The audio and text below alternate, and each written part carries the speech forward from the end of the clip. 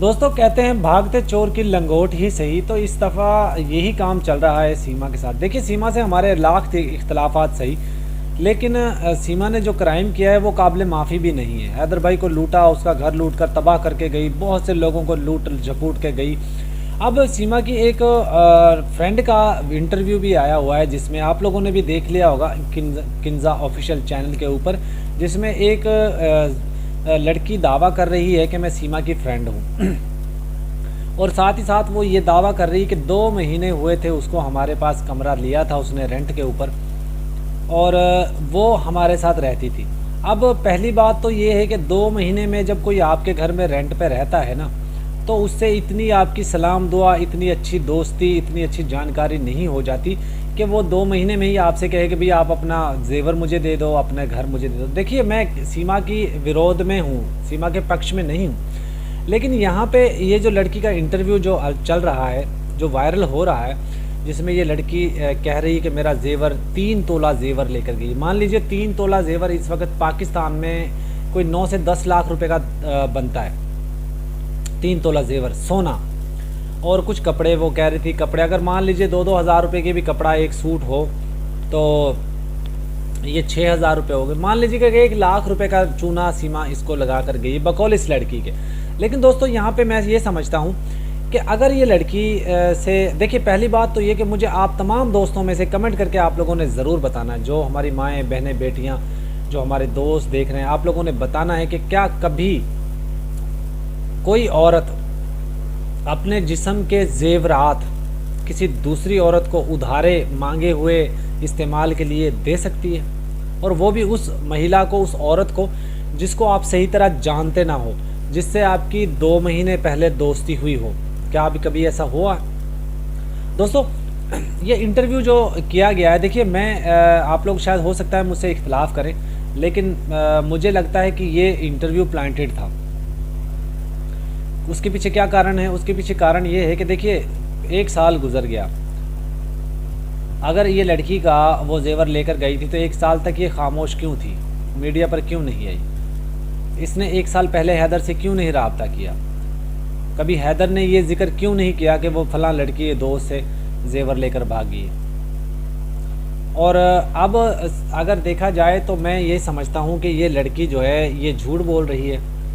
और अगर ऐसा होता तो देखिए पहली बात तो ये कि कोई भी औरत महिला अपना जेवर किसी को नहीं देती। कपड़े दे देगी, घर की ज़रूरत की चीज़ें दे देगी, लेकिन जेवरात ऐसी चीज़ है जो कोई भी नहीं देता, बल्कि इवन अपनी फैमिली की जो बहनें होती हैं, कज़न्स होती हैं, शायद उनको भी ना दे। तो इस लड़की ने उसको कैसे दे दिया? फिर अगर इसकी बात मान भी लेते हैं कि वो इसकी दोस्त थी, तो 2 महीने में भैया ऐसी कैसी दोस्त हो गई इसकी? 2 महीने में इतनी पक्की दोस्ती हो गई कि तुम जेवर निकाल के दे रही हो।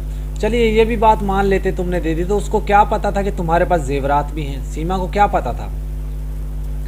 चलिए ये भी बात मान लेते हैं, लेकिन मुझे समझ ये नहीं आती कि सीमा का और इसका दोनों का अगर मवाजना किया जाए तो सीमा का और इसका मेरा ख्याल है ड्रेस मैच भी नहीं होगा। चले ड्रेस मैच हो भी जाता है, एक दूसरे को आ भी जाता है, पूरा फिट भी हो जाता है, तो इसने कोई वेरिफिकेशन नहीं की, इसने कोई जांच पड़ताल नहीं की।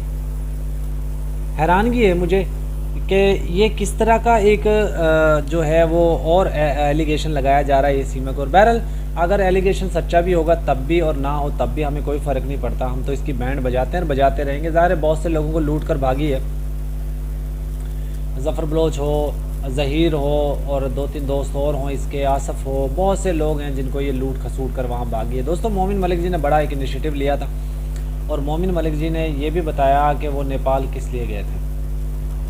नेपाल के अंदर मोमिन मलिक जी ने जो सीमा हैदर से मुताल्लिक़ कुछ केसेस किए थे, और वो केसेस जो है अब वो मोमिन मलिक जी कसम उठाकर कह रहे हैं और बड़े वसूख के साथ दावा कर रहे हैं कि सीमा को पहले हिंदुस्तान की जेल में रखेंगे, उसके बाद नेपाल की जेल में आएगी, इसकी सारी उम्र जेलों में ही कटेगी। और मोमिन मलिक जी बार बार ये कह रहे हैं कि सीमा तुम कुछ भी कर लो, तुम्हें जेल तो जाना ही जाना है।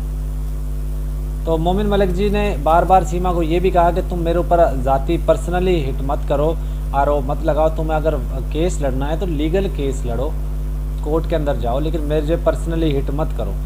तो मोमिन मलिक जी ने वही पर्सनली जो इसको इसके ऊपर केसेस वगैरह डाल दिए हैं, जितने केसेस डाल दिए हैं, तो मुझे नहीं लगता कि सीमा की उम्र जो है वो पूरी हो पाएगी। वो शायद जेल में ही उसकी उम्र गुजरेगी और जेल से ही वो बूढ़ी होकर निकलेगी। इसकी शायद जवानी, जो ये कहती है बहुत ज़्यादा जवान हूँ मैं, इसकी जवानी अब वो जेल में ही कटेगी। तो आप लोग क्या समझते हैं? कीमती राय आप लोग ज़रूर दीजिएगा।